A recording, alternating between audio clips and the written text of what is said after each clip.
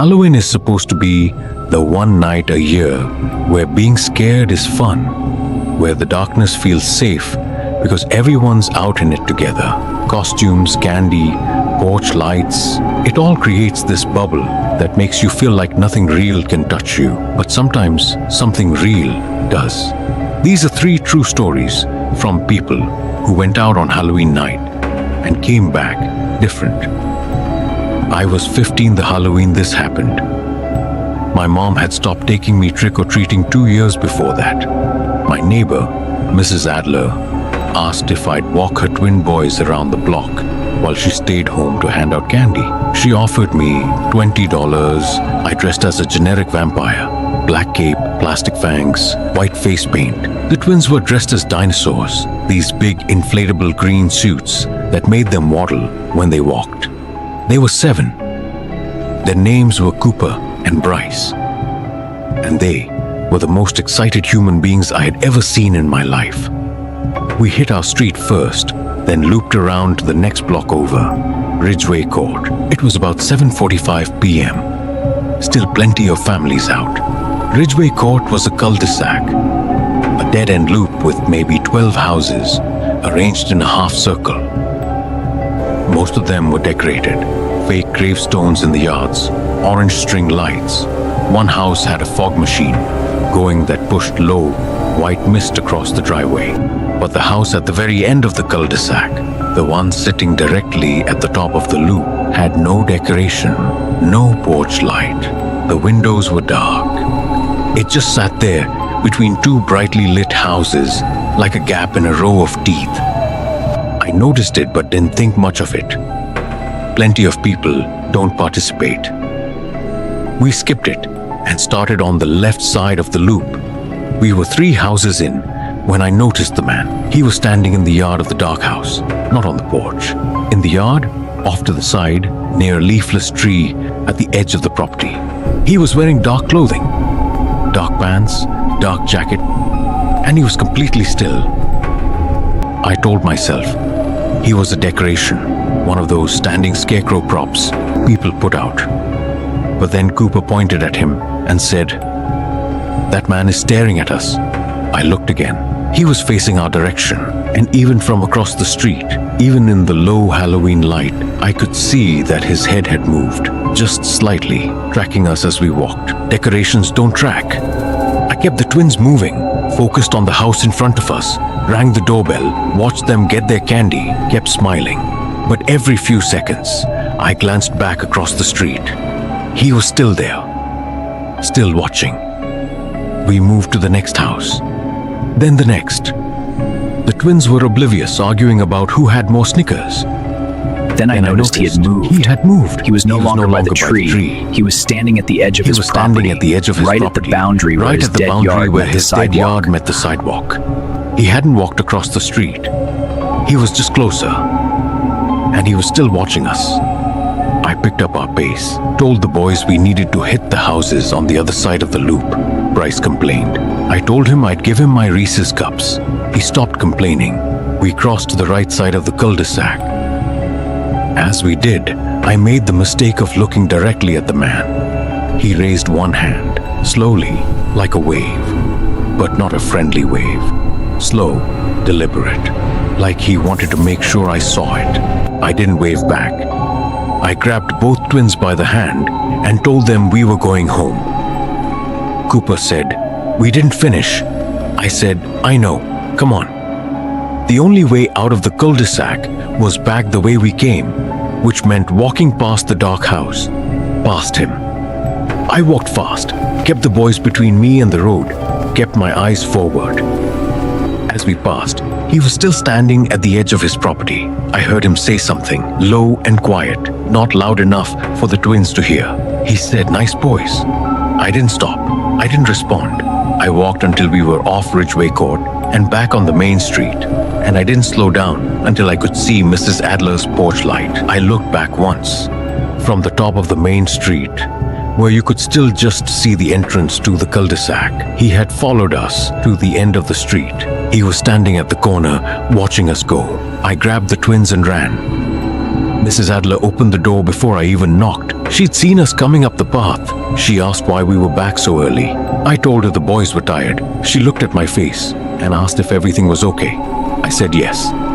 I don't know why I said yes. I went home, locked my door, and sat on my bed, still in my vampire costume. My hands wouldn't stop shaking for about an hour. 4 days later, my mom mentioned something over dinner. She'd seen a post in the neighborhood Facebook group. Someone on Ridgeway Court had reported a man in dark clothing lingering near the cul-de-sac on Halloween night, watching children. 2 other families had reported the same man. One mother said he had approached her daughter and asked if she lived nearby. Police had looked into it. The dark house at the end of the loop had been vacant for 3 months. No one matching the man's description lived there or had permission to be on the property. They never identified him. That was 6 years ago. I don't walk through cul-de-sacs at night anymore. Dead ends make me feel sick in a way I can't explain. Sometimes when I'm somewhere unfamiliar and I realize the road only goes one way, I get this cold feeling at the back of my neck, like someone just raised their hand to wave. I was 16 and I'd been trick-or-treating, ironically for 2 years, meaning I knew I was too old, but I still went anyway because my best friend Jade refused to stop. Her reasoning was that free candy had no age limit, and she dared anyone to argue with her about it. This year she was a witch. I was a zombie. Ripped clothes, grey face paint, fake blood on my neck. We started at around 7 p.m., hit our usual streets, and were heading back toward Jade's house around 8:30 when she wanted to cut through Pembrook Street, a road we didn't usually do because it was longer. It was a good Halloween night. Warm enough for just a jacket. Lots of kids out. We were in a good mood. The Pembrook Street was lined with big oak trees that had already lost most of their leaves by late October. The street lights were spaced far apart, which left long stretches of the sidewalk in shadow between pools of orange light. Most houses were decorated, but the scale was bigger here, full animated displays. Projectors throwing ghosts onto garage doors. One house with a soundtrack of screaming playing from outdoor speakers. The effect was genuinely impressive. It felt more like a Halloween attraction than a regular neighborhood.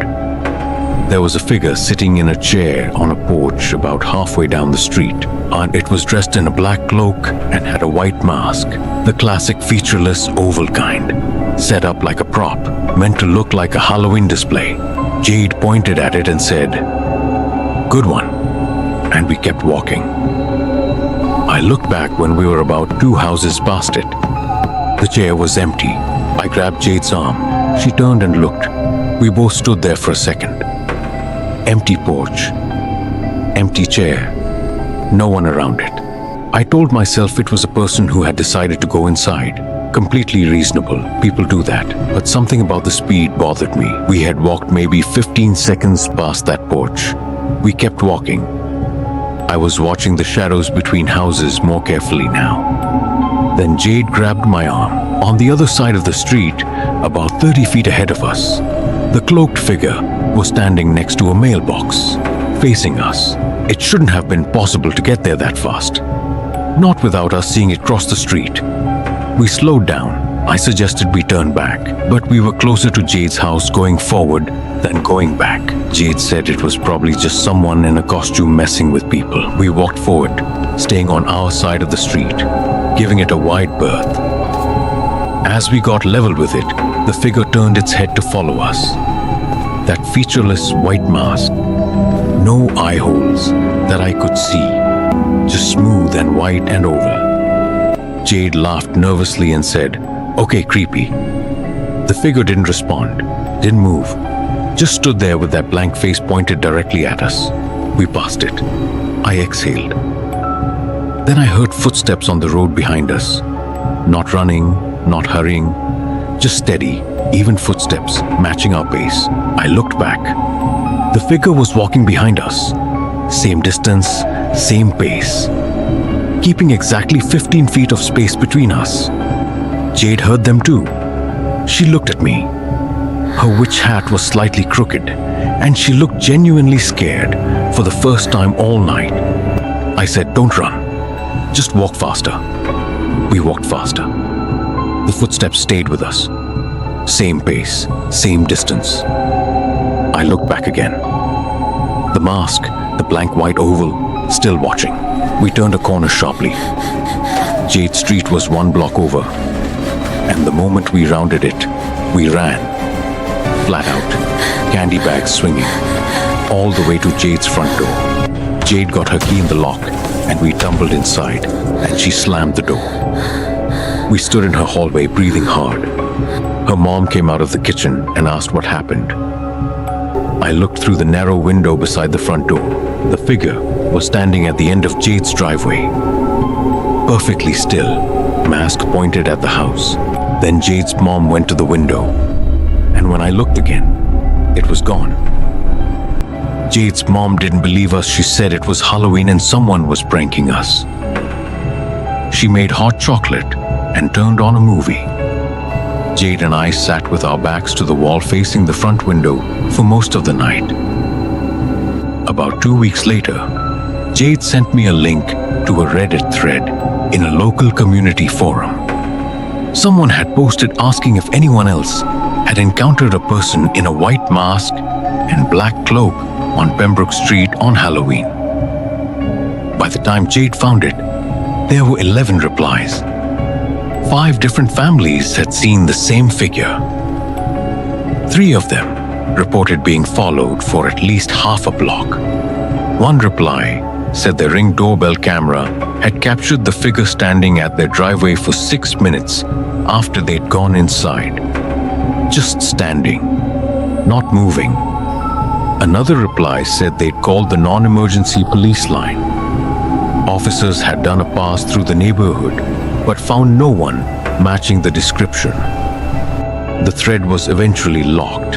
A moderator added a note that said the post was generating harassment toward local residents. I still think about that note sometimes. Who exactly they thought was being harassed?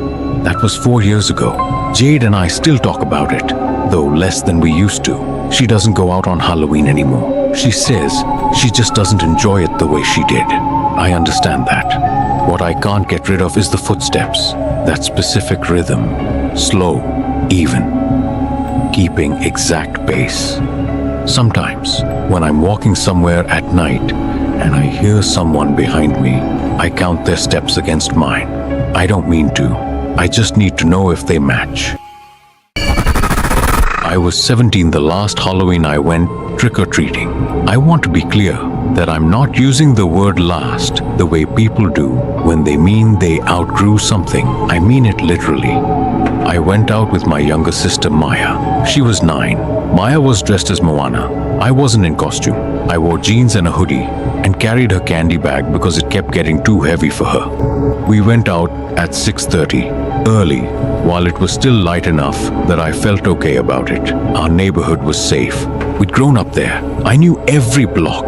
Our neighborhood ran along a main road with residential streets feeding off it like ribs off a spine. There were dozens of kids out, parents clustered in small groups at the ends of driveways. It was loud in the way Halloween is supposed to be loud. Doorbells, squealing kids, the rustle of plastic bags. The houses were old and close together, and the street lights were the warm yellow kind that made everything look a little like a film from the 1990s. The only thing I noticed that felt even slightly off was that one of the street lights near the end of Carver Road was flickering, on, off, irregular rhythm, like it was about to die. I noted it and forgot it. We were near the end of Carver Road when Maya stopped walking. She pointed at the house on the corner, the last house on the street, old 2-story, the kind with a wide covered porch that wrapped around the side. An old woman was standing on the porch, no costume, no candy bowl, just standing there in a plain gray dress, watching the kids go by. And Maya was a friendly, fearless kid who spoke to strangers all the time without a second thought. She was not moving toward this woman. She was just staring. I asked Maya, "You want to go say hi?" Maya shook her head, said quietly, "She's looking for someone." We were about 4 houses back up Carver Road when Maya stopped again. I almost ran into her. She was standing completely still, facing forward, and she said, "I don't see Lily anymore." She pointed ahead of us on the sidewalk. The girl in the butterfly costume. She was right there. She was right in front of us the whole time, and now she's gone.